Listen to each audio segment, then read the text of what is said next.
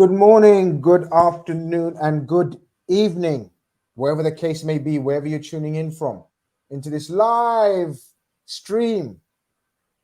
Red Fellas, Sunday night, Liverpool 3, was it in the end, guys? Liverpool 3, Bournemouth 0. A very, very much needed, important win. And to talk me through it, I have Conroy, I have Cav, I have Steve. How we doing, folks? I said it quite like Conroy, actually. How you would say it. I don't know if the accent came through as well. How we doing, folks? Yeah, how we doing, folks? Yeah. Did my Scottish come through there, Conroy? Yeah, it sounded quite good. Sounded quite good, mate. Yeah, listen, I've seen some good impressions. That's definitely up there. You might have a Korean accent. It was pure fluke. I didn't even mean to. It was like, how we doing, folks? Just add. I think with the Scottish accent, you just have to add an O. And if in doubt, just just do a kind of say it faster, and it kind of works as well. Say it faster. And if you want to do an Aberdeen accent, just do like you say, furry boots. So it means fur your boots. Where are your boots from? Like I'm not going to bore you today, but I can't do impressions, guys. The only impression I can actually do is probably like Goodfellas, kind of like Italian American. I'm not going to do it now. That is literally it. That is literally. No, you can't say you can do it and then not do it. I'm still under pressure now. I'm still under pressure now. So like I think I can do that. I can't do that. I'm just gonna leave it. I'll butcher it. But yeah, me and impressions. The only impression I can do is a Scottish accent, and even some Scottish people would say I don't do a good version of that, to be honest. So. Well, I'm sure your impression is far better than my introduction, because I have made an absolute tit of it, and none of you lot corrected me either. Did none of you lot correct me? Bournemouth, I said. It's Brentford. Bournemouth. Of course, it's Brentford. It's Liverpool 3, Brentford 0. Cav, how you doing? Hope everything is well. Any impressions from your side? No, it'd be terrible. But I tell you what, I am actually up in Scotland. I'm in Edinburgh in a couple of weeks for a few days. And I am somebody, if I spend too much time in a particular area where there's a strong accent, I start to pick up on it without. It's just subconsciously. Same. So Red Fellas in a couple of weeks' time, there could be two people sounding Scot. Yeah, that would be funny. Interesting. Steve, how you doing? And any impressions as well? We might as well go around and ask if anyone does good impressions. No impressions today. Apart from that, mate, very well. Obviously, we're all in a better frame of mind than we were last week, aren't we? So, always good to get together and have a chat about things when they go well for Liverpool. Yeah, the thing about us, we're here, rain, shine, or snow.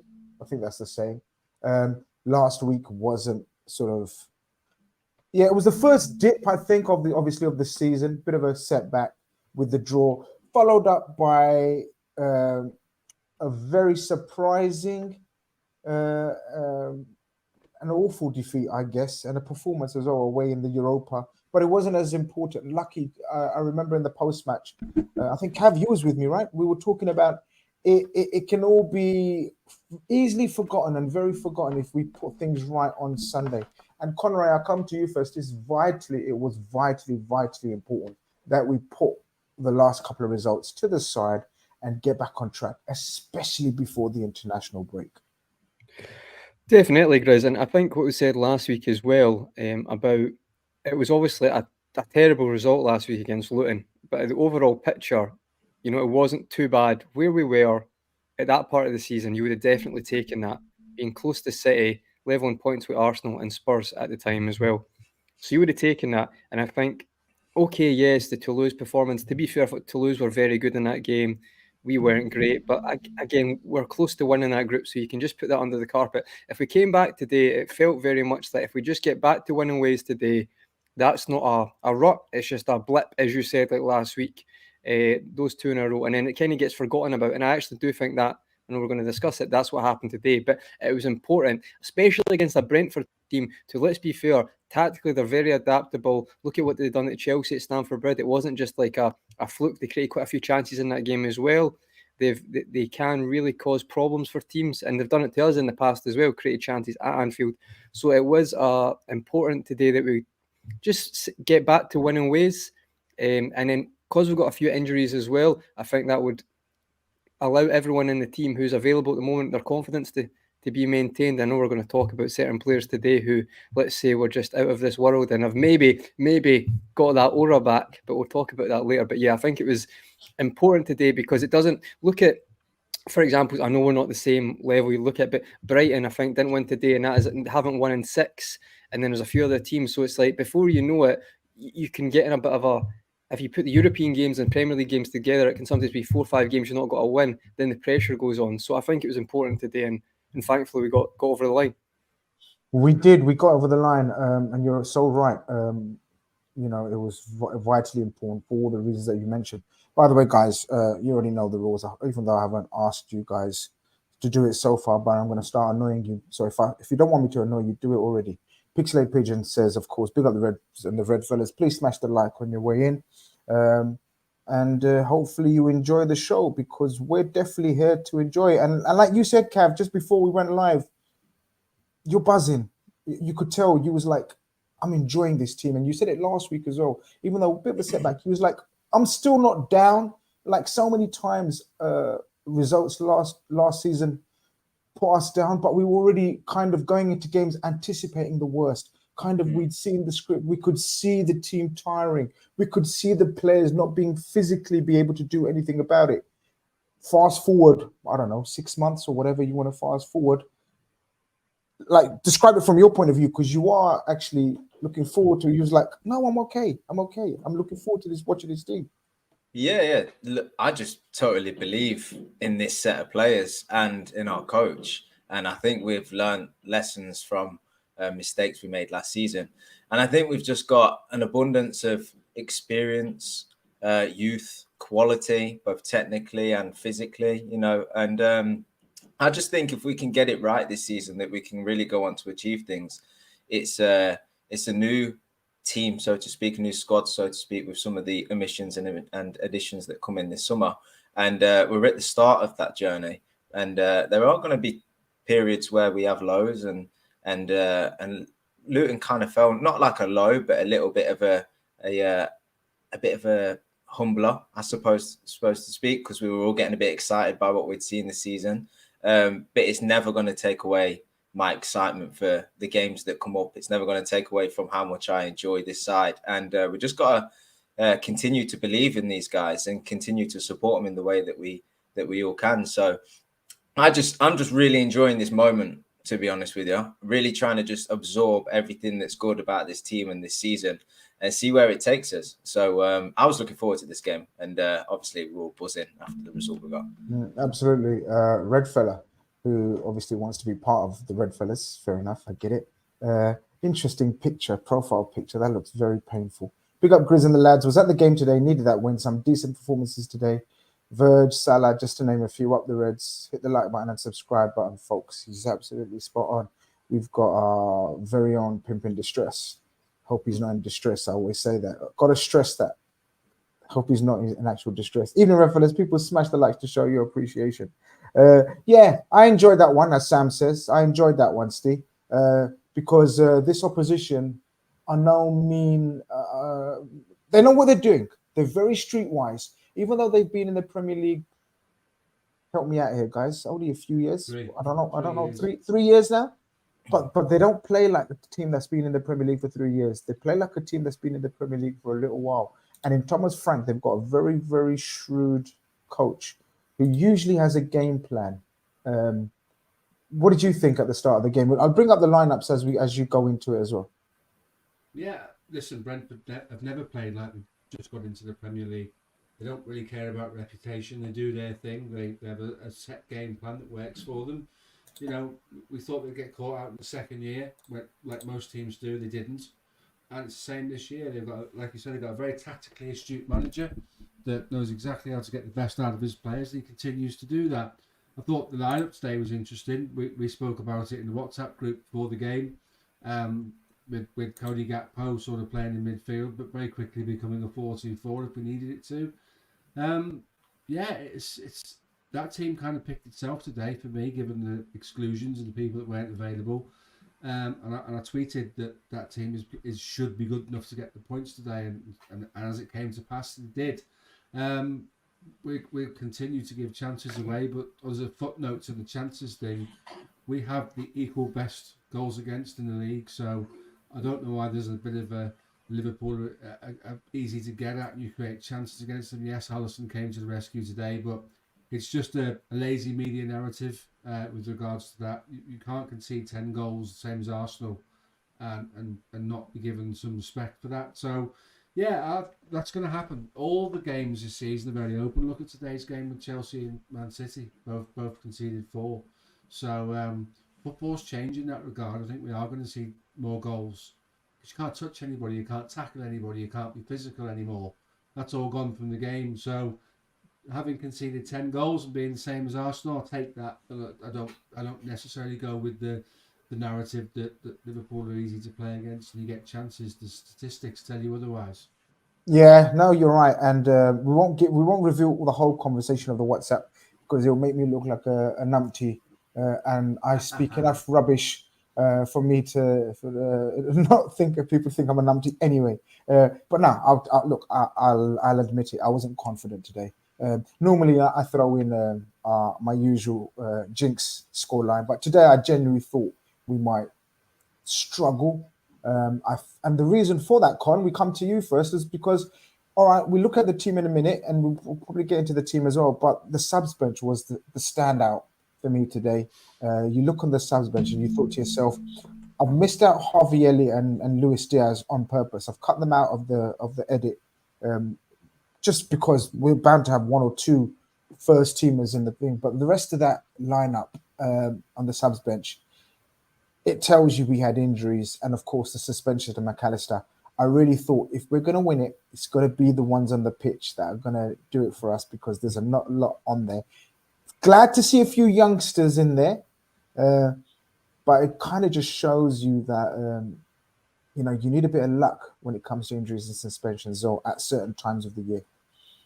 Yeah, no, I'd agree with that, Grizz. I think that's a really good point as well. I think this season, one of the biggest strengths we've had is our attacking depth. So say games haven't maybe necessarily went our way, we could change it. And there's been quite a few examples of that where it's happened. And I know Cav and Steve would agree with that. We've had quite a few examples of that. But today, I did very much feel like we had to.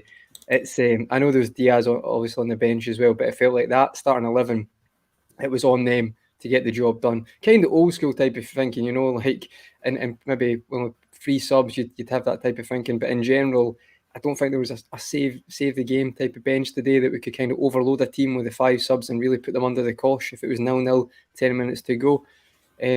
So yeah, I do agree with that. I would say as well on the point of injuries, it's like I'm not one for ever making excuses about injuries, but obviously there's certain times where you have to be a bit creative, a bit adapt, a bit like Gakpo going again in midfield today. You have to do that because ultimately we can't all have it's not a dig, but you can't always have a Man City squad who's like every player is literally would start at any other team. Like every player, there's 2 players for every position to start at every team. I think you've seen that with Newcastle on against Bournemouth as well yesterday. I think they started as Liam Miley or Luke Miley in centre mid, and he was one of the youngest player they've ever had in the Premier League. So it's not just us, and it is a pivotal time. And then just losing that game yesterday, and they've had a good beating Arsenal last week, and now they feel like they're on the back foot. So again, my thoughts today were right, just have enough, get the job done. But you do need a little bit of luck when it comes to that, because I think especially international break, as you said, Grizz, we get the result today, everyone's buzzing, everyone's confident, raring to come back. Say we draw today, say we it's a sucker punch, we lose in the last minute, or we lose 1-0, like Leeds last season, 2-1 at home. It can just deflate the whole confidence in the squad. So I think what happened following this game, the Chelsea-Man City game, knowing that could have had an effect on where the standings will be at the international break, I think it was very important. And again, not to repeat myself, we're going to go into who performed, but I might have changed my opinion on a few things after today, to be honest, but we'll get into that later. Good, interesting. I'm always intrigued to know when people change their mind, and especially you, because you don't often change your mind. You're a stubborn Scott, you. But if you've changed your mind about something, someone must have done well or bad, as the case may be. Cav, looking at that lineup, I said what I said in the WhatsApp group. I said I really think it's going to be a struggle today. You just look at that Brentford team, and we're talking. This is not a back 5 made of wing backs and 3 centre backs or one of them's cultured on the ball and an ex-midfield player. No. This is Brentford, 5 centre-backs playing at the back, pretty much. You've got 3 powerful, tall central midfielders, DMs, call them what you want in front. And then 2 nippy, very mobile, very good forwards. I just thought we're gonna need monstrous performances. That's the tweet I said at the start. I said today is this day. We're gonna need a few monstrous performances. And then you go to our lineup. We have Tsimikas, who's under pressure. We had Gakpo playing in midfield. We did suspect that Gakpo might play. We were talking about it in the post-match to Lou, that Gakpo might play in that 8 because of his height. Did anything else worry or surprise you? I think everything else was pretty much fine. Oh yeah, of course, Matip and Konate. So for me, it was Matip, Tsimikas, and Gakpo. All eyes were on them as far as I was concerned. What about you? Yeah, no, I share the same thoughts. Kostas we spoke about him after the Toulouse game, didn't we? Where he didn't have a good game, made a mistake that led to the goal, and it's a bit difficult to trust him at times in his performance. We'll come on to him in particular because I thought he played really well today. But Gakpo, we've seen him play the 8 position and not really set it alight, not done particularly well in my opinion. It's not his natural position, obviously, so you would be a bit worried about that. Matip, because of the pace that Wiesern and Burmo do have and how tricky they can be, especially on the break if we push our fullbacks forward and you leave their 2 forwards against our 2 defenders, they can hurt you. You know, they have pace, they're tricky, give them space, and Burmo especially can beat a man, and he's got a good touch, good low centre of gravity, and he can jink left and right and he can get a goal. So it's dangerous when you leave those 2 up against each other. The other one's Endo, because he's not had a lot of Premier League experience, still finding his way into this Liverpool side. I think he's had some good games in the cups, Leicester especially, but the Premier League just seems to be played at a pace that's just a little bit too quick for him, it seems, at the moment, which I think Klopp spoken about earlier on in the week as well. He's just said it's natural, you know, it just takes time for him to, just like every other player, to sort of learn this system and get up to speed with it all effectively and make it natural and not just trying to find your way during the games. But other than that, the rest of the team, as the guys say, picked themselves. Shame that Konate and Gomez were both out, because could have done with both their pace and physicality, I thought, going into the game. So I was a little bit concerned from the physical aspect as well. But turns out the lads stepped up, and we'll talk about that. So yeah, some concerns. And Brentford, we spoke about after the Toulouse game, they will sit back, they will defend well, they're very well organised. And set pieces, a lot of teams sort of focus on because they can hurt you there. But also on the break, they're very good and they have pace. And in Mbeumo, they have a tricky forward as well. So they can hurt you in many different ways, Brentford. And they've had some scalps since they've been in the Premier League. So they were definitely a side you don't take lightly, even though you are at home. So. Yeah, I guess the atmosphere kind of was slightly subdued, Steve, because of the couple of previous results. Early-ish kickoff on a Sunday is not ideal, and Brentford are one of those teams where you have to be patient. You know, as a team, as a fan, as coaches, as players, everyone has to stay patient, and then you've got to rely on quality. The game starts off pretty quiet. I like. Where are you with the Gakpo in this 8? And you know, you said sort of making it a 4-2-4 or 4-4-2 at sometimes. Where are you with the Gakpo scenario? We'll start off with that because he takes the first shot literally in the first couple of minutes. I love when Gakpo. I'm very much a Gakpo. Get the ball, and if you feel as though there's space to strike a shot, strike it. You know, normally you have players where you think, don't shoot. For goodness sake, whatever you do, don't shoot. Just keep the ball moving. Just keep the ball moving. Fabinho was one. Lucas Leiva, your personal good mate, was one. I know if we want him on the show, we shouldn't say things like that, but I've said it now. It's too late. But he'll say it himself probably. You know the one I'm talking about. There's players that you think just keep the pass, keep the ball moving. Gakpo's one of those players where I think strike it because he's got a mean strike on him. But where are you with the role of Gakpo in certain games that we play? I think his versatility works against him sometimes in that what you want him to do. He's multifaceted. He can do a number of different roles. He can play the 8. He's physical enough. He looks after the ball well enough. I'm not sure he works well enough going backwards towards your own goal, but in a side where you know you're going to be on the front foot against Brentford at home, you can afford to play him in the 8 because you're going to see an awful lot of the ball. You want him in advanced positions. You can quickly turn it into a 4-2-4. You can switch it back to a 4-3-3, as you said before. You could even go 4-4-2. So the tactical flexibility with him is quite good.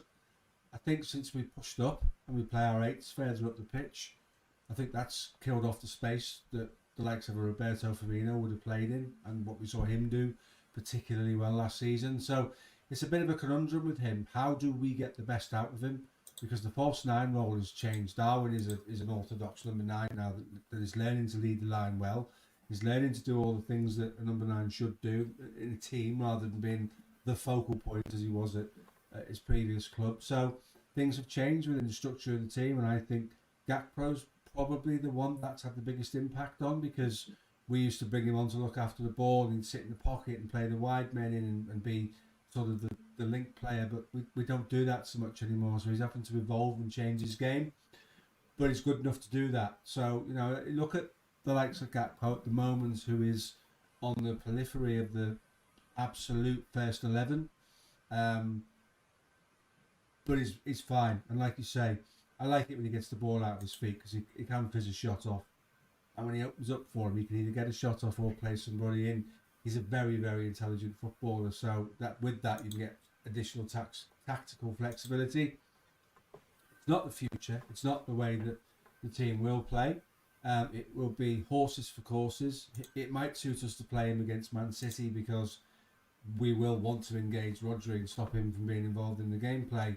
And as a sort of a deep lying forward, he'll get the opportunity to do that, and it's quite physically strong as well. So that remains to be seen. But I think in this case for him, as I said at the start of the point, sometimes flexibility and versatility can work against you. And I don't really know what his role is in the team at the moment, because in the last 2 or 3 games, he's done 2 or 3 different roles.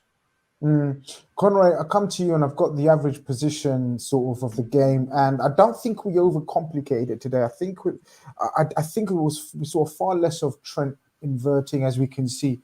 Pretty much he was in his authentic right back position. The couple of interesting things, but one of the interesting things I want to talk about was Tsimikas. I think we used him in an authentic left back role. And I think with Tsimikas' uncertainty and sort of a lot of people criticizing his performance, I think it was key to giving him a role that he understands. Back to basics, your left back, orthodox in a back 4, none of this left-sided centre-back hybrid type thing. And as you can see from his position, he was asked to play sort of quite bombing down the left, you know, giving ourselves width because, and this is the other key, I liked Jota's position. How many times have I screamed about, I hate Jota hugging the touchline. He's no good to us whatsoever. Leave that to Diaz and the old Mane. Jota's a complete different animal when he's playing inside, sort of inside left. Those 2 things, I think, helped us keeping the ball nice and wide, as opposed to go through the middle, because Brentford wanted us to go through the middle. I think that was a tactical 1-0 up to Klopp very early on, the way he played Tsimikas and Jota. Yeah, definitely, Grizz. And I think we mentioned last week that the one thing we're unsure of going forward is in-game management of maybe the way we use Trent. I think Cav, you mentioned it last week as well against Luton. We identified that there was quite a lot of there was space, not necessarily a lot of space, but that we could have went back to the kind of authentic right back, standard right back. We're playing Trent in there, and Joe Gomez and Tsimikas last week, because that would have hurt Luton. It looked like that was where we could hurt them more and just kind of but just say, right, we're going to park the inverted position of Trent. And we all said at the time, we're going to see what's going to happen in future. We're not going to just get rid of it, but it might be certain games or certain phases in a game. You use that, like we're going to talk about today, and at other times you maybe make it more kind of standard, back to basics, depending on your opposition and parts of that game. So I think that's quite refreshing to see as well. I think on the Tsimikas thing, definitely, he's a bit of a conundrum. I've said this before. I think sometimes he looks like he could be a world beater. Like, there is certain performances when his crossing's on the money, like he really can be an outstanding attacking left back. But then you see the Toulouse they go for that, just pure lack of concentration, whatever you want to say, and they go and score. So his confidence will probably be quite low after that as well, and getting subbed early in that game as well. So this game at home at Anfield, second half towards the Kop, but get behind them, give him a chance to really get the crowd going, get his confidence up. And I think that was a very good tactic by Klopp to be and all involved. Because for me, that allowed him, because we're going to need him, because Robertson, am I back? You're back. Still here? You're back. Yep. Yeah, you're here. Yep. Robertson's obviously, he's going to be away for maybe until January, maybe even longer. So we're going to need Tsimikas. We're going to rely on him, and we want him to be him at his absolute most best. And I feel today was very useful. So fair play to Klopp, I think. As you say, not complicating the role, not asking a player who's played fullback all his career to somehow be a centre-back. And as you know, Grizz, we're talking about Robertson, who's had some good performances as a centre, kind of that left centre-back, but he's also had performances where he's been caught out because it goes against what they've been trained to do or play most of their life, and it's a difficult one to adapt to. So I think on that point, I think Klopp was bang on. And I think we've said this a few times this season, there's definitely been... Last season, how many times did we complain about tactics during a game or the start of a game? This season, it seems to be the opposite. And I'm not saying it's completely no mistakes, but there seems to be more he's getting right, or a lot more he's getting right compared to last season. Cav, when I spoke about, or when I was thinking about monstrous performances, I think it's very clear to see where our strength lay today, and that was in our forwards. The fact that we had Nunez, Salah, and Jota all in relatively good form as well, let's add. And then a Gakpo who was slightly withdrawn, but we know his capabilities of striking the ball, and he's got a goal in him as well. I thought it's one of those games, I thought it would be a game that they would have chances and maybe score. We'd have to outgun them. I really enjoyed the way our front three played in conjunction with each other today. Was you of the same thing? I slightly disagree with your first point. I understand that all the forwards are playing well and they're all scoring, which is great. I actually think the defense, in particular, I would highlight today, because Brentford are a funny team. They are really well organized, and they have the. Oh no, sorry. Just to defend myself. No. I meant I thought the attack had to save us. Of course, we're going to go into the defense. I agree with you. Yeah, the defense was the bedrock for sure. Sure. Yeah. All right, we'll talk about the defense and then two lads in particular, but the forwards. Yeah, look, Brentford. You could see the game started off a bit funny actually, because both sides weren't able to keep the ball particularly well. There was intent from both teams to try and attack, and Weezer and Mbroe put a sort of a half press onto our back four. And it was always about moving the ball quickly and getting the ball out wide and then coming back in field and getting it to the forwards in the right areas.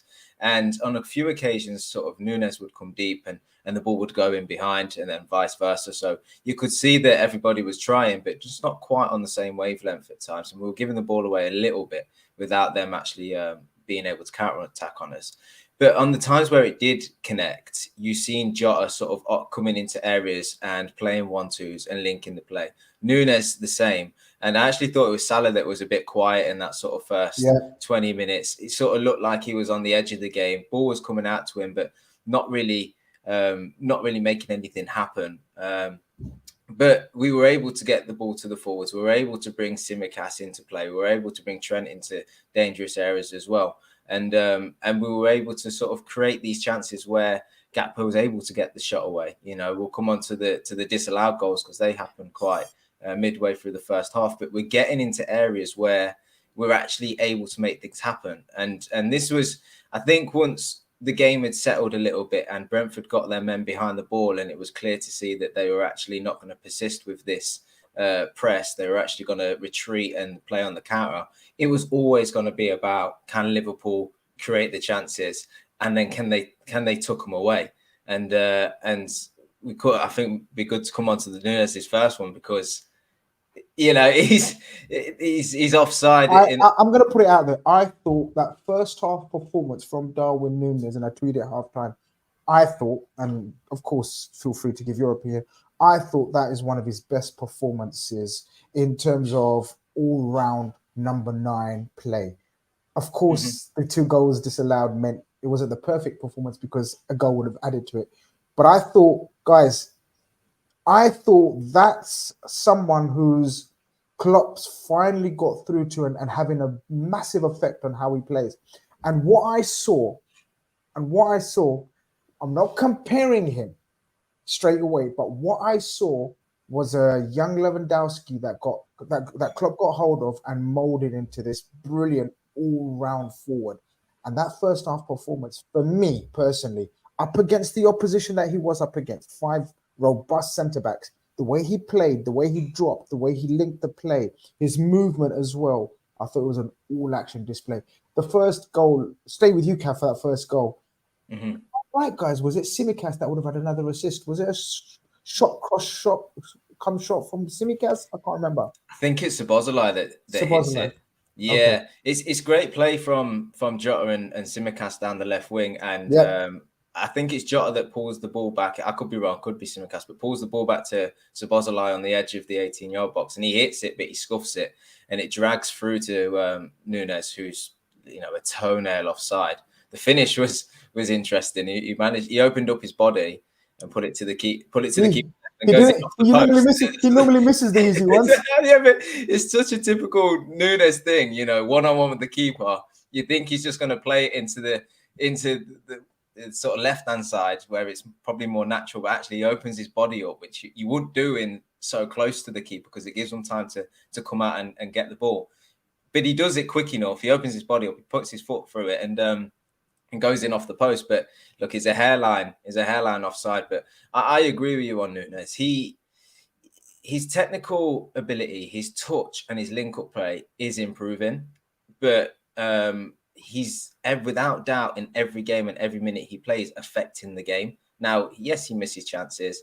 At the minute, he is getting assists and he is scoring goals. He's not the complete striker. He's not the best finisher in the world, but he makes an impact on and there was a moment, I think it was in the first half, where he runs across and takes a ball off from Bremo near the sideline and puts in a pretty strong challenge. I'm not sure if it results in a foul or a throw-in, but afterwards he's rallying the crowd. He's getting everybody riled up and he's trying to connect the fans and bring the fans back in, and that's what we need. We need players that lift that Anfield crowd, because we know once that crowd's lifted and they encourage the lads, that they give confidence to the boys. And when then there's confidence flowing through this team, you see it, things start to happen. So I love him as an all-round package in the game because he's influencing the game in a positive way, but everybody's loving him and he's creating a bit of a fire, a bit of an atmosphere.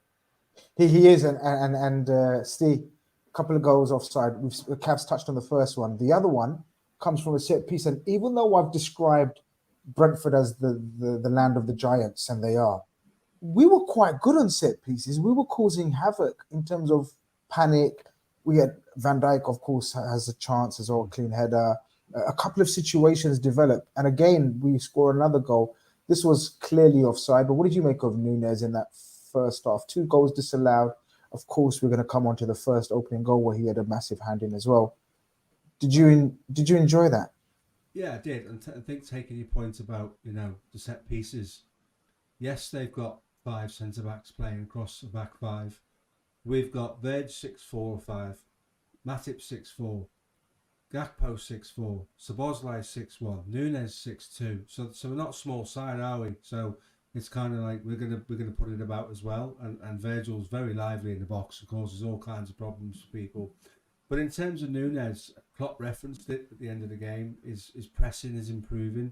Yeah, it's a different press now than it was with Bobby. I saw someone say the first time I've seen Bobby and Nunez. It's the first time I've seen him be really, really effective with the press, going at the right times. I think there it is. I think we set slightly different traps for this midfield than we did with the 3 that the Hendo, Fab, and Ronaldo is a different scenario altogether. We do things slightly differently now, and I think that's why people could still get in behind us. But when he came to the club, everyone thought, how does he get on? And I remember saying on the show with you guys that we've got to learn about him and he's got to learn about us, because at Benfica it was like, you do your thing and we'll play to your strengths. And he showed that when he came to Anfield and absolutely had a go at our back four. He played all across the line at stages during that night, but he had to learn to be different. You can't be the big one when you've got Mo Salah in the side, when you've got players like Jota in the side. You have to learn what your role is in the team, and you're not the focal point, and you're not everything that team is built to be around. So yeah, it's starting to show signs. I think the ability to speak a bit of English helps too, because not all of the lads can speak, his native tongue. So an interesting setup for him, but he's improving all the time. He's looking like more and more the sort of finished article. There's a lot more to come from him. Where is the ceiling? We don't know. If he can start to be a little bit more clinical in front of goal, the rival fans will stop laughing at the chances he missed and start recognising just how good he is. He's doing fine, mate. It was a really, really, really strong performance, and I saw your tweet. I didn't disagree. I thought he was absolutely at it in the first half, and he's now, along with Mo, it's who plays with those two, because the partnership they're building is really strong, and we see it again in offside goals and goals given for and against. That him and Mo have got this relationship developing. It's really, really good to see, because that's what football's about, partnerships. That's what makes it work, So long may it continue. He's going to be a special player. He will explode at some point and score a lot more goals when the confidence comes. Carry on doing what he's doing, because the resilience, when he misses one, he gets up and laughs, and then the next one comes across, he sticks it in the back of the net. And I like that. I like that about him. He doesn't hide. Even when he has a bad miss, he doesn't hide. So kudos to him, because he looks like he's going to be a real asset to the team. Absolutely. And you're a huge asset to our team as well. And people want to hear you a bit more loudly and clearly. Apparently your mic's a bit low, Steve. People are saying, can Steve's mic be a bit... there's a few. Okay. So I feel it was one. Cool. So I don't know. Maybe... Right. Oh, that's better. Lads, let us know. People in the chat, lads and lasses, let us know. Is the audio fixed now from Steve's point of view? It should be better now, hopefully. Conroy, another one of those monsters that I needed a performance from, and he never lets us down, is our goalkeeper. Comparisons with other keepers make us laugh, right? Ramsdale last season, Edison, we've seen him fumble one today. Even though our pressure and through set pieces, shots outside the box, we're building up momentum. It's coming up to half an hour played and we haven't got the big breakthrough. And then you think to yourself, at the back of your head, you're thinking, is this where Brentford get their one and only break and score from it? And then Rimbo suddenly on the counter is clean through. Trent's asleep. Like, Trent really pissed me off again in that opening half an hour. I thought to myself, Trent, focus a little bit, bro. Like, you're so good. You're so good on the ball, but focus on your defensive side. He wasn't, and Rebels clean through. I always feel like it's not the end of the world when someone's clean through. Yeah, the thing is, Grizz, he brings that confidence. He must be the only player that I can't speak highly enough of him. I think he's so consistent as well. And like, people maybe point out little mistakes here and there, but ultimately every player in the world makes mistakes. And he's just on a different level. I think, when I sometimes hate this terminology, when he retires or leaves, it annoys me in football, but we're always like that. That's when you nullify your position in history. I think he is honestly up there. Like, he's just so good. Like, that spell, I know we'll talk about this instance as well, Chris, but like this, the save by Mbeumo, who obviously has had previous, the 3-0 game last season, the 3-1 game last season.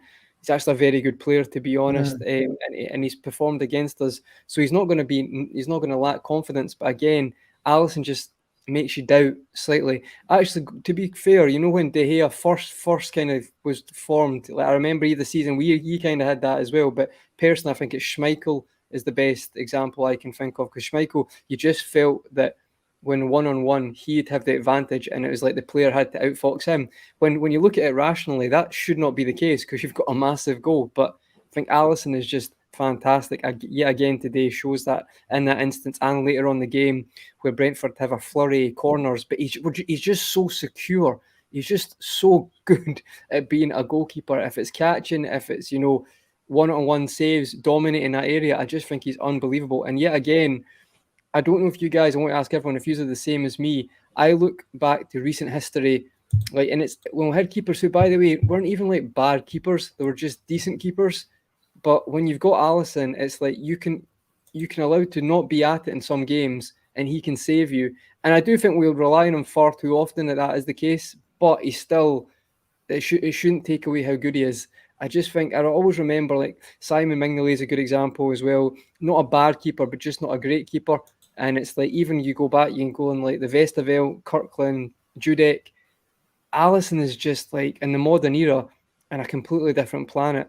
And I do think we normalise it a bit like we normalise Trent's ability on the ball. I think we normalise that this guy is generally probably going to be the number 1 or number 2 keeper in Premier League history. Not for us, I mean Premier League keepers. So I just think we're living that right now. He's unbelievable. And yet again, if they score then, Grizz, just like you were worried on the chat, that could come to fruition. Because then we'd have to, the crowd might get a bit anxious. We'd have to push up. And when you've got players like Visa and Mbeumo, they're very good at counter-attack. And Thomas Frank is very good at kind of changing his game plan around that as well. So a huge moment for Allison. Yet again, I'm lost for words to how good this guy is, genuinely. And even like the save in the second half where he tips it over the bar, it's like he's doing a 95. I'll just tip that over, no problem. It's true. I mean, as Pixelate Pigeon says, it's absurd how much he's normalized those one-on-one stops. Like one-on-one's like a penalty in a normal situation for any other keeper, for any other team. Okay, that's a penalty. This is one-on-one. He's gone through, they'll score. But with Allison, it's like, okay, it's not all lost. Not all is lost yet. Cavi makes that save, but then kind of, I don't know if it inspires us or whatever. We're pretty much in control, but apart from that one movement, and I thought I was very impressed with the link-up play, our forward play. The front three were very good in my opinion. And it's that guy, again, talking about normalizing. We've come accustomed to Salah scoring goals, and that finish, that is the trademark Mohamed Salah is. If he's had a rough couple of weeks, and he's had a rough couple of weeks, that finish to me usually indicates, okay, he's back. And I thought after that, his overall game improved a lot. Again, Nunez involved, Mohamed Salah cuts inside. It's not the easiest to finish. It's one of those, not much of a backlift, but a deadly finish. I love when he scores goals like that, Cap. Well, you just spoke about Allison and how when forwards go in one-on-one on him, you back him to get us out of a hole. You're that confident in him. Well, I'm that confident, and I'm sure we're that confident in Salah in them positions. He's an absolute killer most of the time. And the minute the ball left Trent's boot, from the sort of centre circle into Nunez's feet, the first touch and then the quick layoff to Salah, his touch on his right foot to set him for the finish on the left, it's just perfection. Like, the movement is clean, it's crisp, it's knowing where your teammate is, and it's playing the right passes at the right times to get him in them positions. And I actually thought that Salah had, I said it a moment ago, a quiet game up until that point. And I wasn't getting frustrated because we come to expect this from him now, but he was picking the ball up on the right wing and not really doing much, not trying to beat a man, not really putting any crosses in, not really able to link up with anybody to create anything particularly dangerous. And that's in fairness because Brentford have men behind the ball. But when you move the ball quick enough and when you get into areas and bring him involved into the game inside the 18-yard box, he's dangerous. He's absolutely dangerous. And he just wraps his boot around it and puts it in that far corner perfectly. And the minute the ball went into his feet, you just knew it was a goal. You just knew it was. And that's 199 goals for in English football now. Just incredible. We're witnessing a great in front of our eyes, and it was a crucial goal. It was, because we needed to get that first goal. We've spoken so often about how Liverpool have been sort of prone to conceding the first goal and how that sort of makes it a bit of a mountain to climb for us, and it can go the wrong way. So to get the first, get the crowd back on side, and just build from there, it was crucial. And yeah, you can't speak highly enough of the man. You talk about getting the crowd back inside. Steve, I've just remembered what really got the crowd going. And the way I've remembered it is because the way this goal was created. So Matip, a few minutes earlier, makes a very similar challenge. In fact, a more cleaner, an equally clean challenge where he gegenpresses, where we have this policy of when we lose the ball, we try to win it back within 6 minute, 6 seconds, 6 minutes. Bloody hell, that would be awkward. But That was last 6 season, Chris. That was that was last season. Yeah. Matip makes the cleanest of tackles, right? While he's making the cleanest of tackles, the fella drags him down and falls all over him. Matip is given the yellow card by this referee. We know his name. We know where he's from. We know he keeps getting the Liverpool games, but we don't want to start Conroy off about referees. So we're going to keep it minimal. But he gets the yellow card, and the crowd go mad. Like, what the F is that call? What is that decision? A few minutes later, Matip again is the first one to gegenpress, wins the ball, and it's that guy Trent again, where I've spoken about how frustrating he is. But he's one of those where you've got to put up with the Hollywood passes if they go wrong, because he's able to do that. And a few minutes later, where he puts it on Salah, on Salah's foot, for example, another pass as well. You know, I think the referee helped get the crowd really going, and then it was really a chance before halftime to really put the game to bed. The crowd was up for it, the players were up for it, weren't they? Yeah, and we've seen a number of times, haven't we, that you don't poke the hornet's nest, and these things happen. Arteta's done it, referees have done it, where they do something that wakens up the crowd a little bit, and then you get a reaction from that, and that transcends itself onto the pitch, and players respond to the noise in the stadium. So teams and referees and officials don't learn that when you do some things like that are not particularly well received, it very often has the opposite effect of what you want it to do. That yellow card's absolutely insane, because all the contact is from the Brentford player on Matip, and his reaction, we will see that for months and years. There's no one like it. There's no one like it. There's absolutely no one like it, yeah. And you know, when he plays like he played today, and we'll get into that, you look at the summer and you think, is he actually going to go? Because today was a day when he stepped up and showed everybody what he's about. And, you know, like you say, he's the guy that led the press to get the ball back, that leads to chances and stuff like that. So, yeah, and like you say, I totally agree with you on the Trent thing. You can give the ball to some of our rivals, playmakers, the Odegaards, the Fernandezes and the De Bruynes of this world, and they'll give the ball away because they're trying things to open up people that are unorthodox, that are different, and it's okay. But because there's this narrative that Trent can't defend, everything that he does is under a microscope. So if he plays the ball around the corner and it doesn't work, it's, oh, Trent's this and Trent's that again. And it's not that. He's in the team to be brave. He's in the team to try to create opportunities. And it's okay if he gives the ball away. Because if he tries 9 passes and the 10th one comes off and we win 1-0, then he gets the plaudits off the manager in the dressing room after the game. There are certain players in teams that it's acceptable for them to give the ball away because they're not trying to keep the ball necessarily. They're trying to create something. So, yeah, you're right. Listen, if the Hollywood balls don't work, that's fine. If they don't work for 75 minutes and then we get one and it wins us a game, then I'm all for that. We just have to learn to manage our own expectations of what that kid gives us. And he's a special talent, and he's got a gift. He's got all the passes, all the bags in all the clubs in the bag, hasn't he? He's got everything. So, yeah, I keep doing what he's doing and keep finding those passes and keep finding those players. And he's a world-class talent, and we should be lauding him, not looking for reasons. We don't, but the media shouldn't be looking for reasons to criticise him either. Yeah, a couple of minutes later, Conroy, I was going to come to you and say, a couple of minutes later, Trent puts an absolute peach of a pass onto Mohamed Salah's not so favourite heralded right foot. He puts it over the bar, but you could tell Mohamed Salah's absolutely pissed off he didn't put that away. Again, Trent is one of those guys that we have to persevere with, very much like our very own Omar, who's in the chat. It says, hi, friends. You know, we got to persevere with Omar as well, with all his deficiencies and flaws. You know, he is one of us. We love him. We love you, Omar. But sorry, what was you going to say? Because I was going to say, building up to halftime, we should have really gone up 2-0 up. But go on, what was you going to say? I was just going to bring up something we spoke about last week about Trent, and we discussed, and actually saw a few tweets about this today following the game.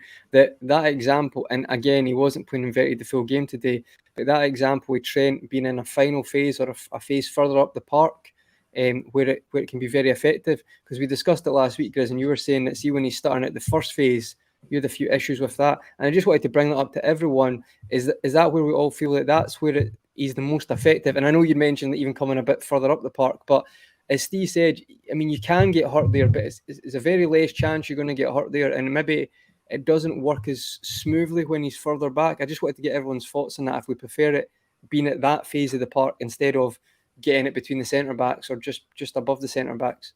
Yeah, I made my feelings very clear. I want him in the final phase of play, or okay, just not in the first phase of play, in the areas where he maybe can be not as efficient as others. Because, for example, and I want to probably end the first half chat. I know we've discussed the decisions of the referee in terms of the Matip one. I'm trying to get your guys' opinions. Who's someone who's more. So Endo played in midfield, and he has a different role to sort of Trent when he's playing alongside. Trent's obviously looking for the killer pass, whatever. Endo's, I think, resume is get the ball, keep it moving. He's very good at that. But I'll probably stick with Conroy first, Con. Did you think he got away with quite a few fouls? It was almost like watching our very own Fernandinho in terms of, and Rodri, I guess, and Fabinho sometimes as well. He committed a lot of fouls. He didn't win many one-on-one duels, unfortunately. But I thought his on-the-ball work was quite efficient and quite proactive as well. Yeah, I thought he was okay. I think, as Cav said, I agree with him. I feel like it still is that getting used to certain games, and Klopp mentioned as well the pace of the Premier League. I think that's apparent, and that makes sense. We've seen Fabinho. I'm not saying on the same level, but Fabinho couldn't get a game for 3 months. Couldn't get a start because every time he played, he looked like he was out his depth. So it's not unusual to have that mentality. And I think one of the reasons Klopp thinks that way is because the pace can be a lot. So that would make sense to where he's not winning certain duels, or he maybe looks like slightly behind in certain moments. So I think that's my feelings on that. So again, not throwing the baby out with the bathwater. But again, I agree with your assessment of what he is, because gets the ball, keeps it going, keeps it simple. There was parts I like. I mean, sometimes in football, like not every foul is a yellow card. I think like we need to remember that as well. It's like sometimes I don't know what we want, because like we'll say, oh, where's the yellow for that? But then we'll also say that it's becoming a non-contact sport. So I don't know where it is, to be honest. I feel like the narrative is just what your result is that weekend, to be perfectly honest. But for me, I thought he was okay. I think it's probably not the worst thing, though, today. He's had another experience, got another game under his belt. I think for going forward, you see he could be a good squad member and playing games. I think overall, mixed performance. I don't know if we want to speak about the potential red card that people are talking about, or if we want to mention. Let's end the chat. Was that in the first half? I think I was just saying, in second half. That was second half. I think it was about 55 minutes or something like that. So on that, for me, I don't think it's a red card. I think it's actually a good decision by VAR. And you know I'm very honest about this. It's not because I'm a Liverpool fan. I just don't think it's a red card. I think you talk about other ones. I think you can talk about the force, out of control, where the contact's made. I just don't think it's a red card. So I just think that was a good use of VR, because I don't think it is a red card in my opinion. Very quickly, we won't dwell on the referee's decision. I think Cav and Steve both agree. I think it wasn't a red card. I agree with you, Conroy. Just quickly get my opinion out of the way. But I think he was very lucky not to get a yellow. Did he get a yellow in the end? No, he got a yellow for that. He didn't even get a yellow card. No. But bear in mind, when a VR reviews a decision, they're not going to tell the ref to give a yellow. It's sure. No, sorry, I meant overall. No, he got away with it. Yeah, completely. I'm sure he did. Yeah. What did you make of that? But there's a still going round. I've just seen it now on my phone, and it's done by Sport Bible, and they're saying it's been ignored because it's Liverpool. And if you zoom in on the image, the still that's being used, neither of the players is making contact with each other, but just either side of the ball. So it's kind of if you rotate that pitch around the other way, you could be making the same conversation about the guy coming in on Endo. It's an untidy tackle. They're both going for the ball. They're both looking at the ball. They both make contact with the ball, and then there's a coming together at the end of it. I don't think that's a yellow card. I think that's 6 of one and half a dozen of the other, personally speaking. There are other things he did during the game that were to break play up and stuff like that, where he probably could have been punished for those. That one's just a typical what we used to like in centre midfield when two guys go for a ball and not allowed to do it. And that's the reason why everyone's up in arms, because they've outlawed tackling in the centre of the park where it's a physical 50-50. Very few of those go unpunished. But that's doing the rounds now. Neither player is making contact with the other person. They're just either side of the ball. So I'm with Conroy. If he'd been sent off for that, that would have been absolutely ludicrous. But also, can I just add to that, Steve, as well? What is the biggest complaint football fans have when people go to VAR and use it? Don't use a still image. Still, but what do football fans use? Still images. So there you go. That sums it up into a sentence. There you go. Well said. Brilliant. Well said. Look, I guess that incident was just over half time. But I wanted to sort of have a little intersection at halftime. Of course, guys, we go into winning 1-0. We're all feeling good about ourselves. We anticipate an interesting second half. We've come up to pretty much an hour, over halfway in the show. Of course, we have to remind you of our channel sponsors, yourfutcard.com. Guys, you know what to do. Make sure you head over and check out yourfutcard.com. The perfect Xmas gift for any sports fan. Create your own card, customize it how you want it, put in the talents and skills that you want. It's a brilliant, brilliant gift for any loved one. Go and buy your foes some presents as well. Not only loved ones, you could buy anyone a present, right, guys? You don't have to buy your loved ones presents. Make a change. They also do these metal football art prints. Brilliant. All football art illustrations are printed on our metal cards. 3mm of thick with a gloss finish, absolute top quality. I can swear by them. As you can see, I've got a couple behind me. Get any player of your choice. I mean, Darwin Nunez. I mean, that would be an amazing one, wouldn't it? I mean, that fella, I tell you what. And of course, some others you may like. I mean, he's actually made Szoboszlai even more handsome, if that's possible. I didn't even know that's possible. Of course, the legend himself, Steven Gerrard, Mohamed Salah, and Luis Diaz as well there.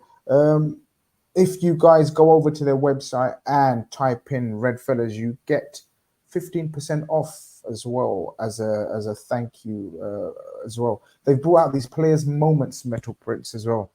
You can choose your moment, request a magical moment that's personal to you, that's memorable to you. There's the Aguero goal there. There's the Allison. I still can't believe that Allison thing happened.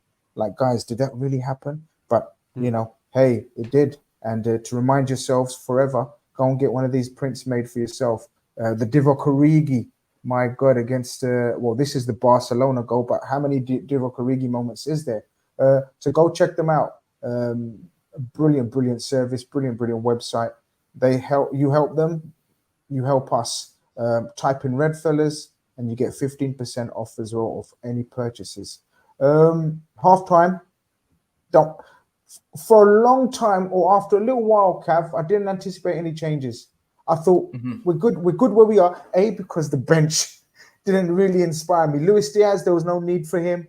Harvey Elliott, I thought, no, this is not the game as we discussed on Thursday in the post-match. It wasn't the game for Harvey Elliott either. It was, as I said, one of those games where we thought, as you are, let's go again, right? And imperative we get that second killer goal. Yeah, I agree. Half-time came at a good moment, really, take the lead into it. And we got a foothold in the game. We were controlling things. After the goal, we really built in confidence. There was the space was there and it was being exploited because we were moving the ball a lot quicker. We were finding our men. People were confident enough to turn on the ball and thread little passes through and open up space for each other. I can't remember how many chances we created exactly, but we looked like we were going to be the team to go and get the next goal. And every time that Brentford were countering on us, the defenders were doing well just to nullify it, stepping in, winning aerial duels, ground duels, coming away with the ball. And we'll talk about the individual performances, I'm sure, at the end. But we were in control. And so there was no reason to change anything. And like you say, the only sort of real changes we could have made would have been Diaz and Elliott at that point. But there's no need for it. There's no reason to bring them on at halftime. So, no changes needed. And we go on to the second half. I can't recall when I'm just trying to remember how the second half goes. I think Brentford actually start off not too bad in their private they have a free kick that's tipped over by Allison. A good moment for that. But I think it's pretty much goes to plan, because again, it's Tsimikas the architect of the two incidents of the first 15 minutes of the second half. I'll come to you, Steve. First, he has that charging run, a la John Arnold Risa style, and he's given our left backs can't shoot though. Like since Risa, no one can shoot. Moreno had a decent shot actually. Moreno had a decent enough shot. I remember I was at his debut. That's about all he had, though, wasn't it? That's about all he had. Yeah, a bit of pace and a shot. Yeah, I was at his debut where he scored that goal, lads, and I thought, hello. Yeah, hello. Spurs. And we've got Spurs. Yeah. Have we got the new Roberto Carlos or what? Ran from his own box, didn't he? Balotelli. That was Balotelli's first game as well. Tremendous goal, and I thought, but Tsimikas has that first chance, and then Steve he follows that up with another run. I can't remember who plays a wall pass with, one of those 1-2 passes. Cav, do you know who it was? Yeah, so the second goal, it's Trent, it's Gakpo into Jota on the edge of the 18-yard box. So Jota finds himself between the lines of defenders and midfielders. He turns on it and he threads the ball through to Tsimikas, but both Tsimikas and Gakpo go for it, and it's Tsimikas that ends up obviously getting the touch to put it across. Puts it across and a rarity, Mohamed Salah with his head, the easiest of tappings, but no one really celebrates because they don't know whether the goal's going to stand or not. It takes away, doesn't it, sometimes the element of the buzz? Because I was thinking, that's a huge goal. I was celebrating a lot. And the players weren't, so I didn't know whether I looked like the Wally or they were going to look like, they were looking very sheepish. It does take away a little bit, isn't it? Because we're waiting. It does.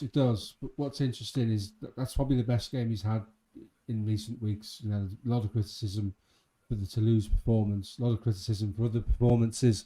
Liverpool fans, as soon as Robbo got injured, saying that's like 8-10 weeks of Tsimikas now. He's not hit the heights he did in his first season, but today was much better. What's really interesting is when he chases that ball to the byline and crosses it, everybody switches off. And Mo Salah's got the easiest of headers to score because Tsimikas has followed the ball and done what he's supposed to do. So it's 2 assists today for him, isn't it? So really, really well done today. We need to see more of that. We used to have conversations about if Liverpool decided not to keep him, every other team in the Premier League would want him as their left back.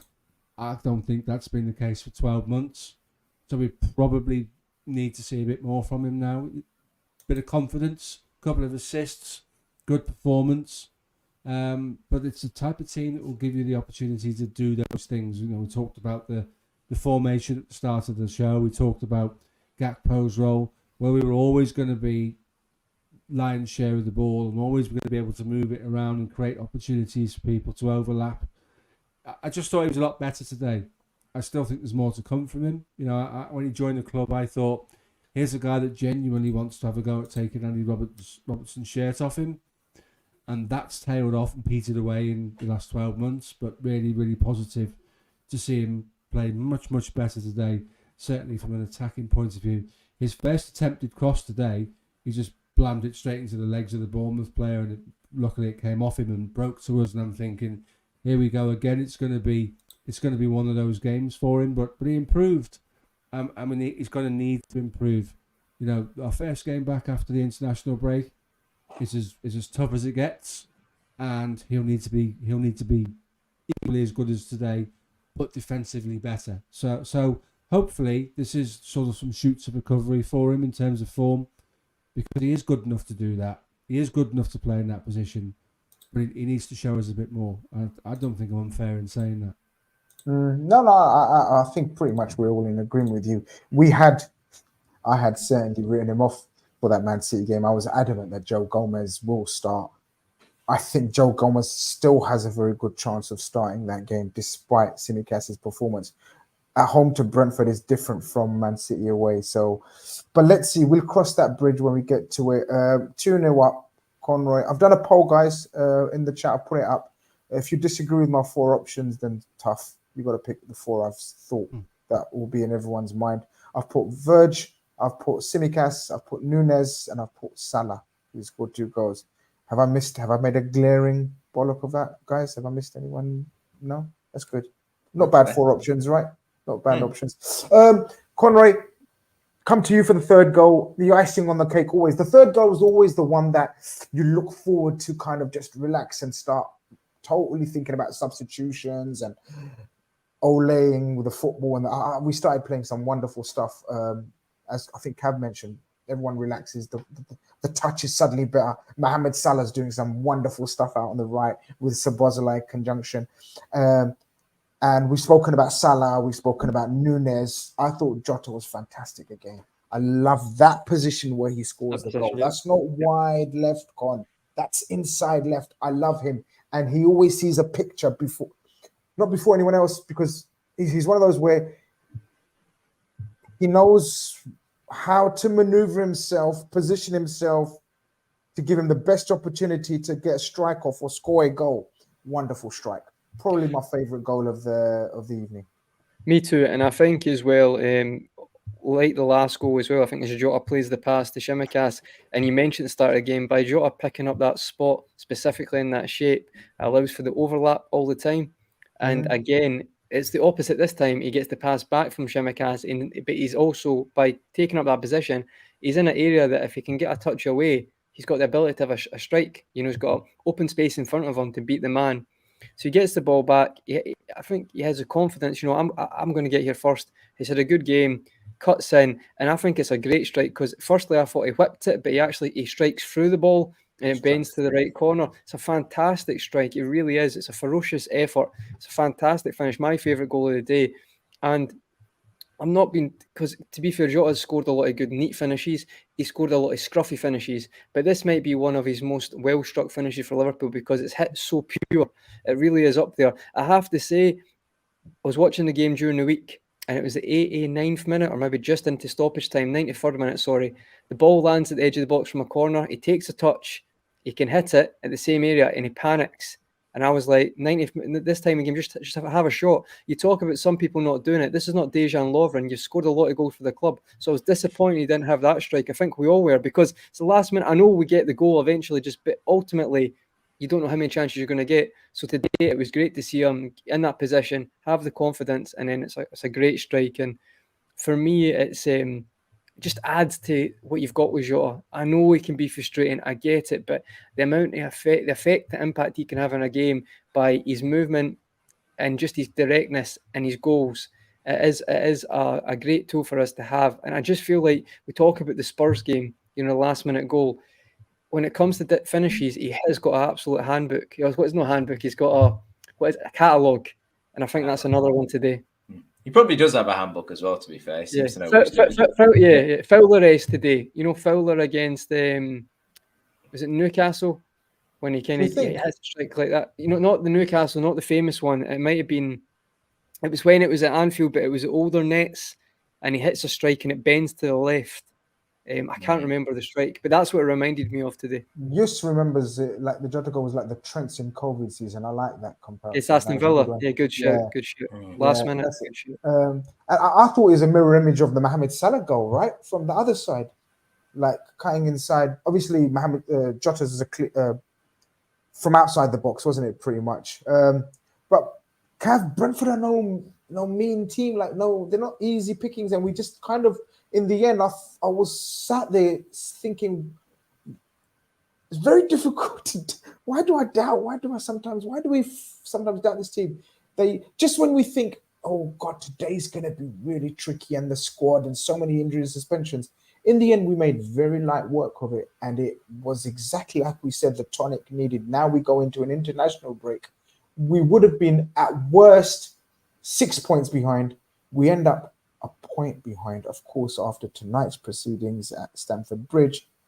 Where are you, Cam? Where's your head? 2 weeks off now, 2 weeks, right? A week, and then another week to build up to it after the internationals. Where are you? And I'm going to ask the same question to all of you guys. So, where are we, guys? We're 12 games is significantly into the season now. Mm-hmm. Just under a third of the season gone. Just under a third. I'm more confident in my thoughts my predictions at the start of the season. I thought we would challenge for the title, and I didn't put us to win it, because to overcome a team like Man City is you gotta be almost perfect. But I thought we would challenge, and that's where we position ourselves in the minute, only being a point off in second place. But what we've had in these 12 games is a lot of mental strength, resilience, comebacks, players settling in, coming from behind in games. We've had a bit of adversity in the disallowed goal and other scenarios. We've had red cards, and we've shown a lot. We've shown a lot about what this team is made of and what they're capable of. We hope that there's some sort of simpler, easier games to come, like today was. A 3-0 win will be perfect. It never seems to be the Liverpool way. We do things the hard way. But we've shown that we're not going to accept excuses, I think, this season. We're just going to go out there no matter what. Today could have been an excuse with the injuries and the absences.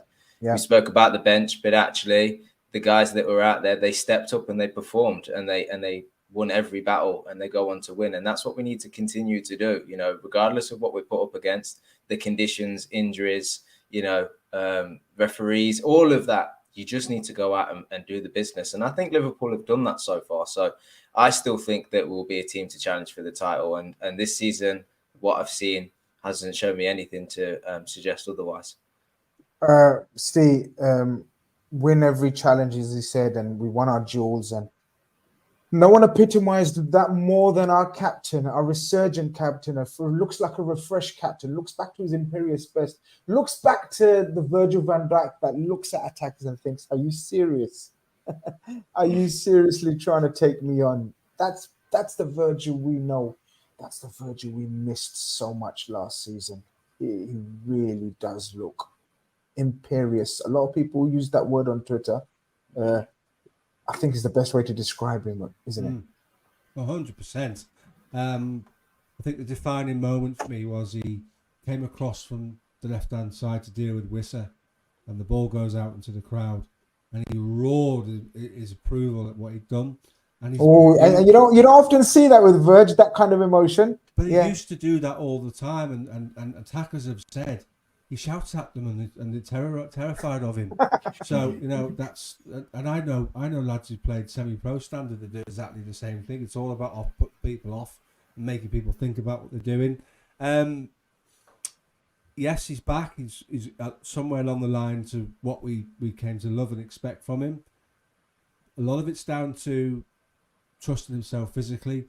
In the warm-up, he leapt in the air to do a fake header and spun round and landed, and I thought, whoa, steady on, you know what I mean? You've got an ACL, son, take it easy. But he's backing his body now, he's backing himself to be able to physically compete. And there's a couple of occasions where he went shoulder to shoulder with people today and he was physically strong, and that's really good to see. There's a caveat to this. We're also better because we're not allowing runners from midfield in the same way we were last season, where he's got decisions to make and not always made the right ones because he's trying to cover someone else's job. There was a goal last season where he actually ended up at the left-back position and completely missed the ball and got destroyed by rival fans and our own fans for making decisions that didn't make sense at the time. But that's trying to do 2 or 3 people's jobs at the same time. Now we've got balance. Now we've got structure. We've got better legs in midfield. He can do the things that he should be doing, which is identifying what battles to pick rather than going and trying to fight everybody else's, and that makes a massive difference. So love that. Love that he's back to the way he is. The way he is at the moment, he is the best centre-back in the Premier League, if not the world, without a doubt. And he's reaching levels that we haven't seen before. The guy, when he was in his pomp, had no apparent weakness. Now, you can troll back through the annals of history and you can look at all the centre-backs that have ever played the game, and you'll find a weakness in them all, including our own Alan Hansen, who didn't like pace and didn't like physicality, but was an amazing footballer. So nice to see him getting back to that. Hope that continues because he's a tremendous player. I think not having him in midweek really proved what he gives to us. He calms us down. He gives us a reassurance. He gives us a confidence. Him and Allison, from a defensive perspective, those are the 2 guys that knit it all together.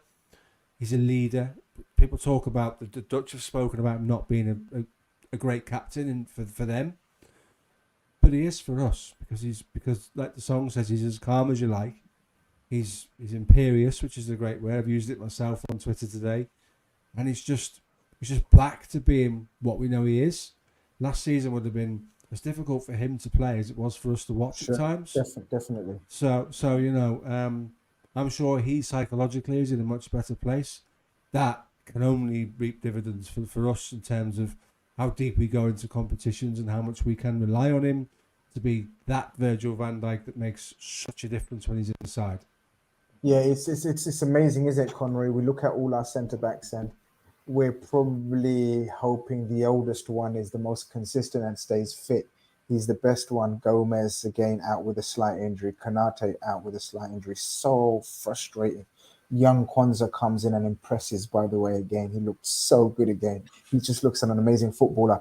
But, as Steve says, when Allison and Virgil are on their game, Allison, Virgil, and Mo, they're the three that when they're on their game, if we want to win stuff, there are inspirations, aren't they?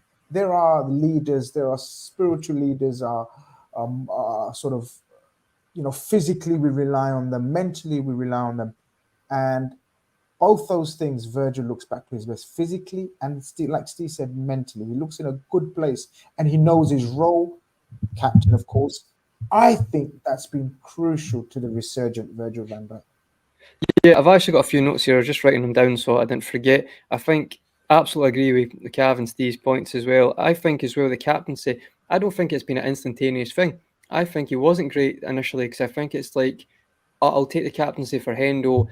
Everyone loves Virg, like he's great, he's the man. But when that's your number one, you're the captain. And like there's always been Hendo haters out there and whatever. But I don't think initially it was like a smooth transition. I think it didn't work straight away. I think it's taken him a little while to get used to it.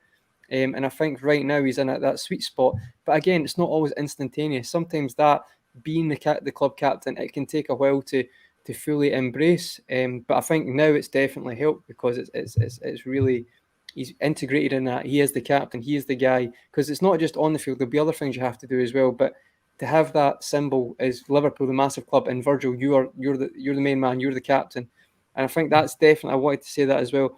I think his passing, which was, I think a couple of years ago, was unbelievable. Like, you literally just have Virg on the left-hand side, centre-back, ping a 60-yard pass to Mo and catch a defence out because it was that on the money. I think today's passing, his confidence looked back. I'm not saying he didn't ever try those passes, but he looked imperious in his passing today as well. I think that kind of maybe gets forgotten about as well, like how good he is and how confident he was, especially for us to catch teams in transition as well. The other point I have to say as well, you mentioned the type of defending he does, and Grizz, you said this a couple of weeks ago, so I'm just reiterating what you said, but it's like almost if how he's getting it in dirty now, because I think he knows that, how he used to give people a head start and then not break. I don't think he can do it. I think he knows he can't do that. I think one of the comments, I forgot the name, he says it's his acceleration's maybe not as it was, but his pace and power is still there. So he knows he has to go in early to these challenges or be a bit more dirty at times. But that's him adapting to what he can do right now. And I think it's kind of scary for people, to be honest. I'm not saying he's not going to have a bad game, but you're seeing a lot of consistency. And a lot of people kind of wrote him off, to be honest.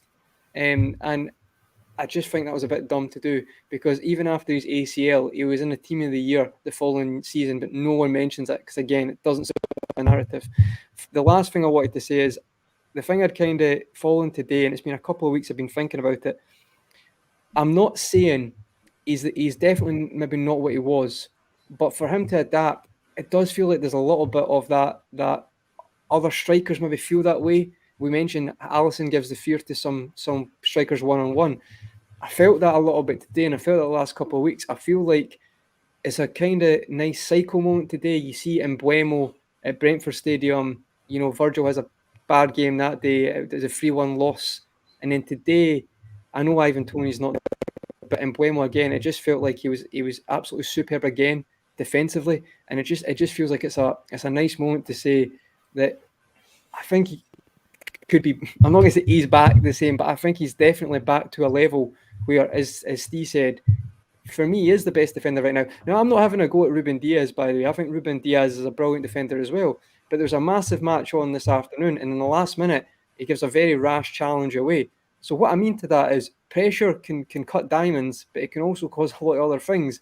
So if when you're in that pressure cooker, the way actually he can be composed and calm, like he's shown this season, it shouldn't be underestimated. I just think if he can even hit, guys, if he can hit 80% of what he done in that season for Ballon d'Or, like second in the Ballon d'Or, that is more than enough. It's still levels above everyone else. I mean, that season was the closest thing that you can get to, as we've discussed, no weakness in a centre back. And as Steve mentioned, that's very difficult to do. All the great centre backs had a weakness. In 18-19, was it? Virgil didn't have a weakness in that Ballon d'Or season. UEFA Player of the Year, wasn't he? Because he got second in the Ballon d'Or and he got the UEFA European Player of the Year. But no one really mentioned that. That's still, he lost to Messi, but he won that trophy. That's still for a centre back in the Premier League. It's crazy. It's unheard of. It's unheard of. It's ridiculous. And long may it continue. I mean, I'm one of the foolish ones that thought he'll never get back to his levels. I mean, I still stand by that. He won't ever get back to those levels. You just can't reverse. He will. I'll tell you why, because you've just said it yourself. At 70%, his levels above everybody else. It doesn't need to be 100% for us to sit there and go, "Wow, look at that!" Because Virgil at 70% is better than Saliba. He's better than Diaz. He's better than the players he's playing against. So that doesn't need that extra 25-30% to be at absolute maximum full tilt, because not just does he get his physicality back, this is an IQ based centre back that, you know, similar to Thiago Silva, with the right partner alongside him, could still play at the centre of our defence for the next 5 or 6 years because of his intelligence. So I take your point, but I just don't think he needs the 95-100% to shine, because he's that much better than everybody else. What's helping in this season as well is that Kwanzaa's stepping in for the Europa League games, and that's giving him a little bit of a rest, which he's not had before. So in fairness, he's being managed a bit better now, so that's going to help him maintain a level when he's playing the 90 minutes come the weekend. People are having fights in the chat about is Rodri suspended? So I think this fella started it. No, sorry, where's the fella that started it? Lads, Rodri suspended against us. This is brilliant. So lads, Rodri suspended on 5 yellows, and then this fella says no, he's on 4. No, today was his 5th. And then everyone else starts, wait, hold on. So he misses the City game. This is how stories build up and fake news builds up. And then he says, and then this one comes in conclusive. Yes, Rodri suspended against us. That's massive. We must beat Man City. He's not suspended. He is suspended. and then someone else comes as the Premier League website says Rodri is on 4. So someone who's done his homework and actually stopped believing fake news. Rodri is not suspended for our game, as much as we'd love him to be suspended. He's one booking away. I thought Virgil was magnificent. I thought Trent picked up his game. And a shout out to Joe Matip, of course. Joe Matip was magnificent as well. Every time he steps in the game, it's one of those things that we spoke about, Cav, you just mentioned about in terms of rotation, player being able to rest. It's crucial for someone like Matip that he's given time to rest, and we're seeing the benefits of that. Man of the match, guys. I'll start with you, Cav. I'll start with you. Man of the match. Obviously, I've done the poll. You can choose one of the names in the poll if you wish to do so, or you can choose someone that you feel needs a shout out. No, I am going to give it to Virgil. I think he was just perfect, absolute perfection today. And he was asked questions. And Buemo and we said that they're tough people to handle. You know, they'll challenge for everything in the air. They'll run in behind. They'll have third man runs that you have to pick up.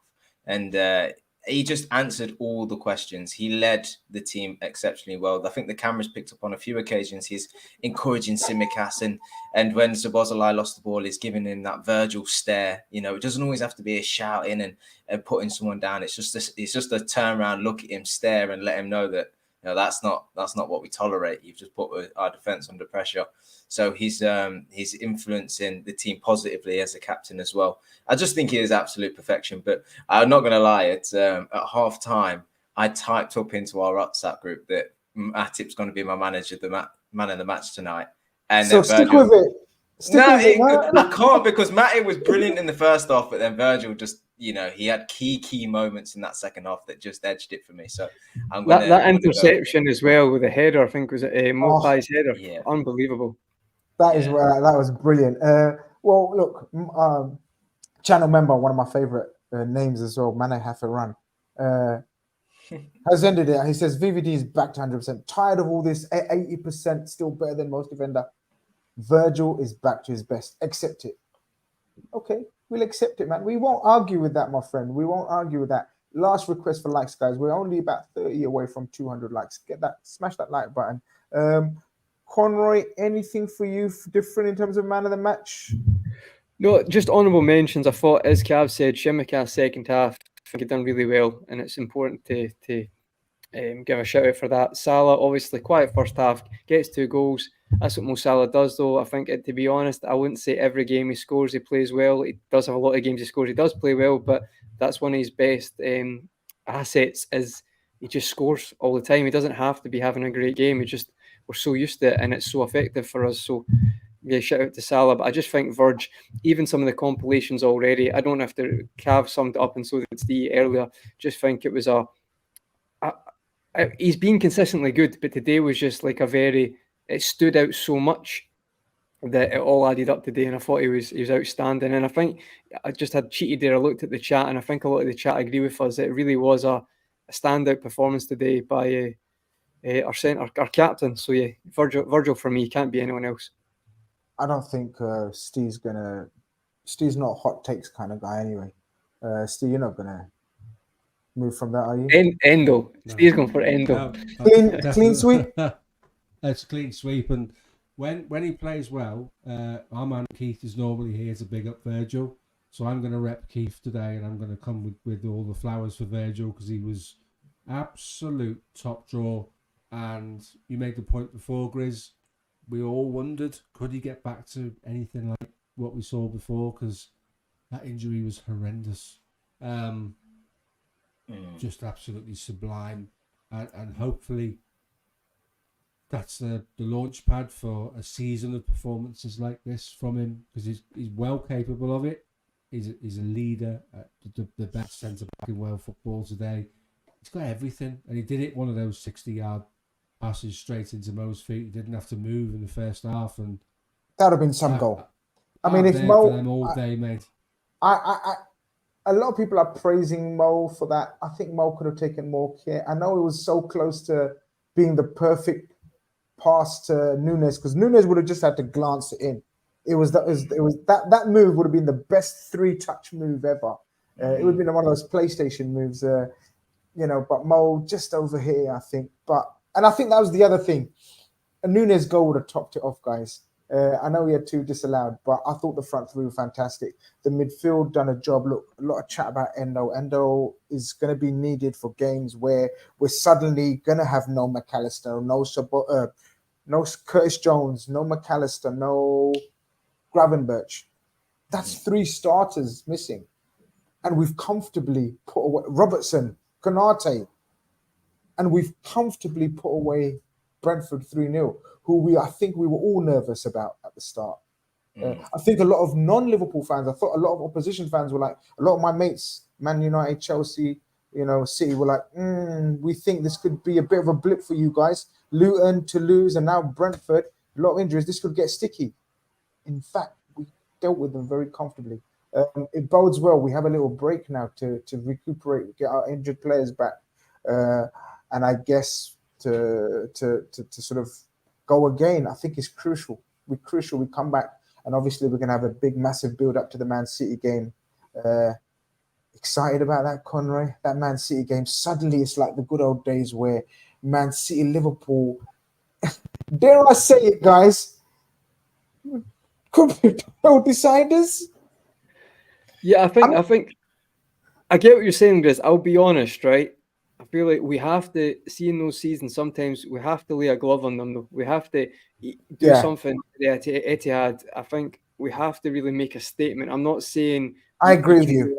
You need to do something, because I think we all think we could this season, but we really need to believe it. And I think that's a prime opportunity. And I've got to be honest, right?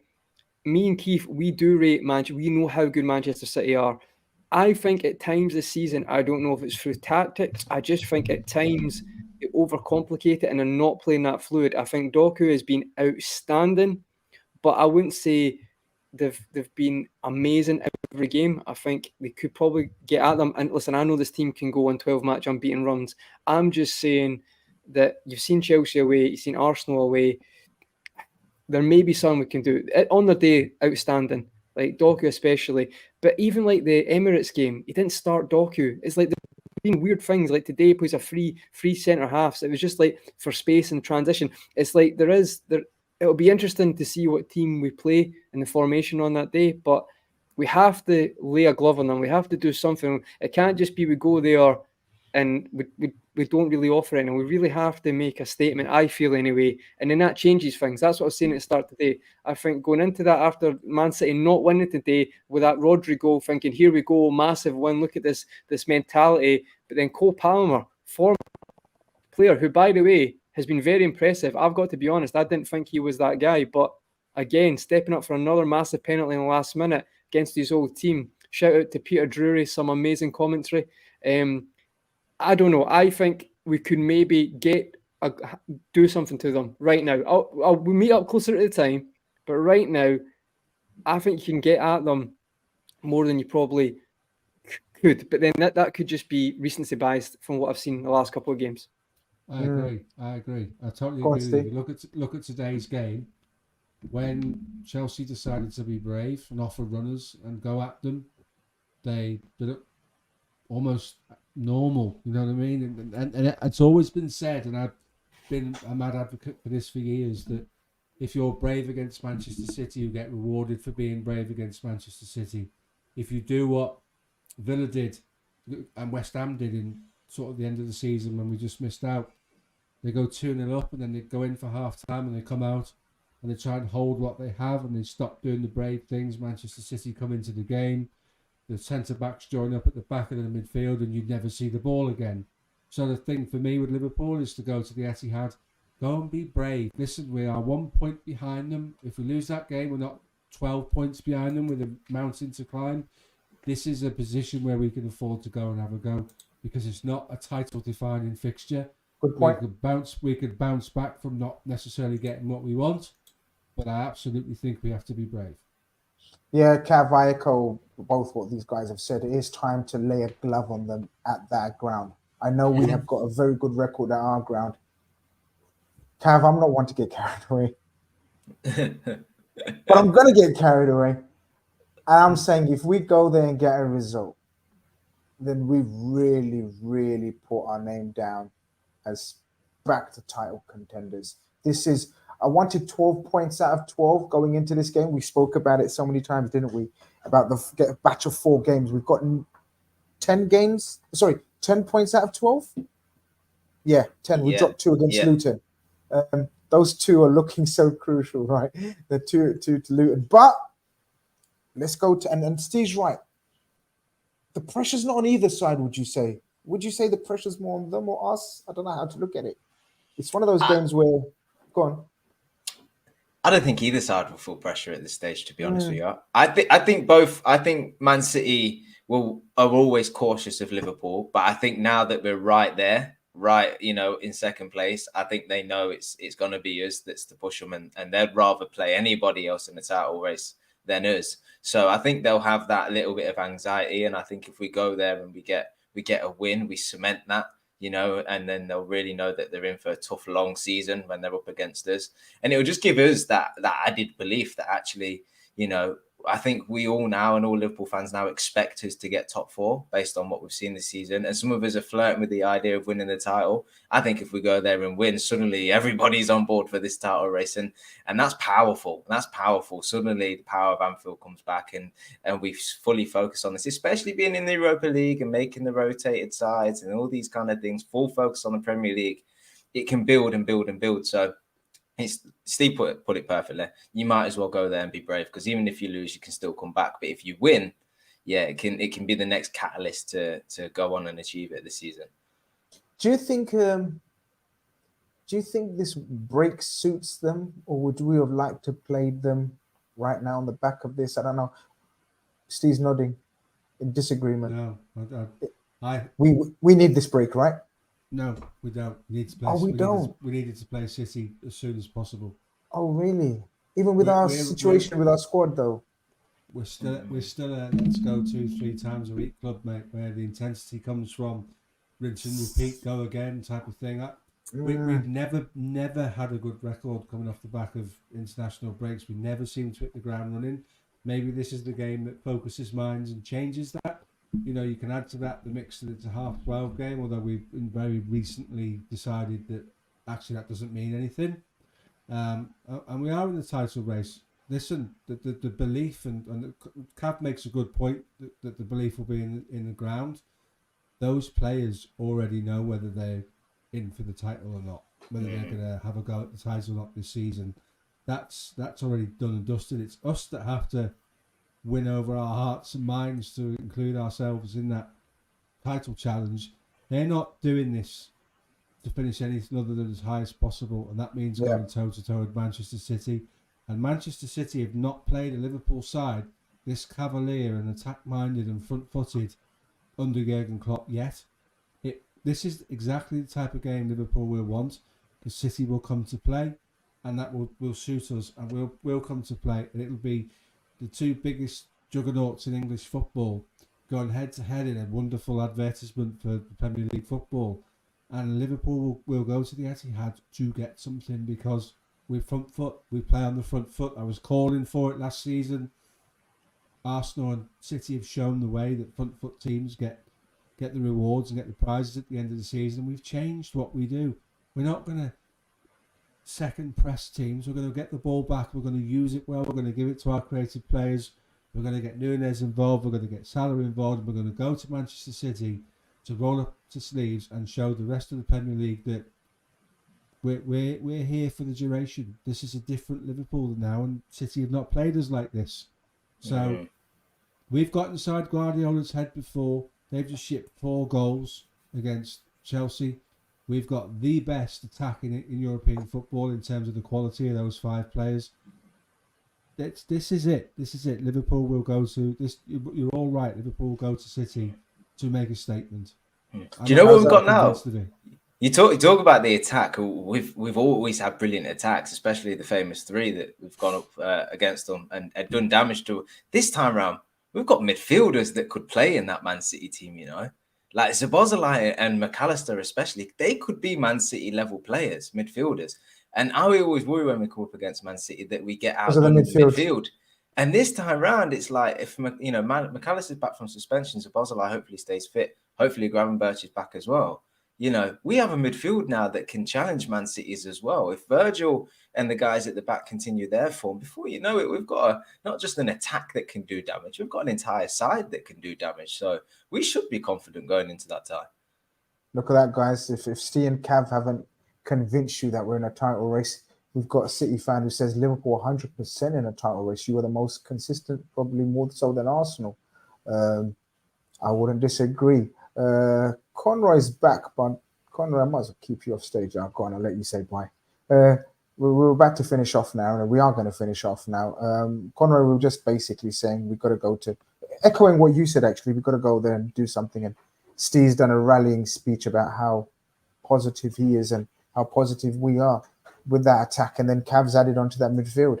And if we get Konate back, Robertson obviously won't be back, but Allison, Konate, Virgil, and if Trent, has a good game, I think it's set up for an absolute thriller. Like someone said, it'd probably be 0-0 now.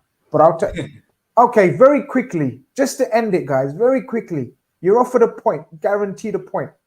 Conroy, are you taking it? Yeah, definitely. Cav? No, I want to go and win. No, don't give me a point. Okay. If I'm not having any less than 3, just give me 0. It don't matter, man. We'll go. Steve? No, I'm not taking the point. I saw enough today against Chelsea to see you can get at these. They've got no De Bruyne. You can get at these, so I'm not taking the point. Okay, I'm balancing the equation, and I'm taking the point. Beat them at Anfield. Pointing at Etihad. Beat them at Anfield. 4 points out of 6 all Yeah. day long. That's what we need. That's been the missing point 2 out of 3 seasons, lads. That point at toilet. Etihad. That point at Etihad could be crucial. But guys, that's enough chat today. Someone suggests a draft during international break. I'd like you all to spam Evan's social medias, Twitter, get at him, because there's no draft without Evan. So if Evan manages to find time, we will definitely do a draft. We will have content. Don't worry about that. We will get some content up for you guys for this week. But thank you very much for everyone for joining us. I've really enjoyed the chat. Liverpool win. We always win. We're all in a good mood. We didn't need no therapy. In fact, we needed calming down today. Steve's got me so excited. Cav's really pumped up. But there's always me and Conroy to just bring it all down to, sort of balance here. Calma. A long way to go. Or is there a long way to go? Indulge yourself. Enjoy yourselves. Exactly. I'm actually very, very excited because I'm actually going to Etihad. That should be some. Look, we'll deal with it. It's 2 weeks away. Enjoy tonight. Enjoy Redfellas. Enjoy our sponsors. Go and check them out. yourfutcard.com. Check out vast array of goodies that they provide for you, and all at a very, very decent price. But because we're special and we're good, and you're special and you're good, you type in Redfellas, you get 15% off on top of all that. That's already in place for you guys. Go check them out. Help them, helps us, and everyone's a winner, baby. Just like Liverpool. This is Redfellas, Sunday night. Over and out. Take care.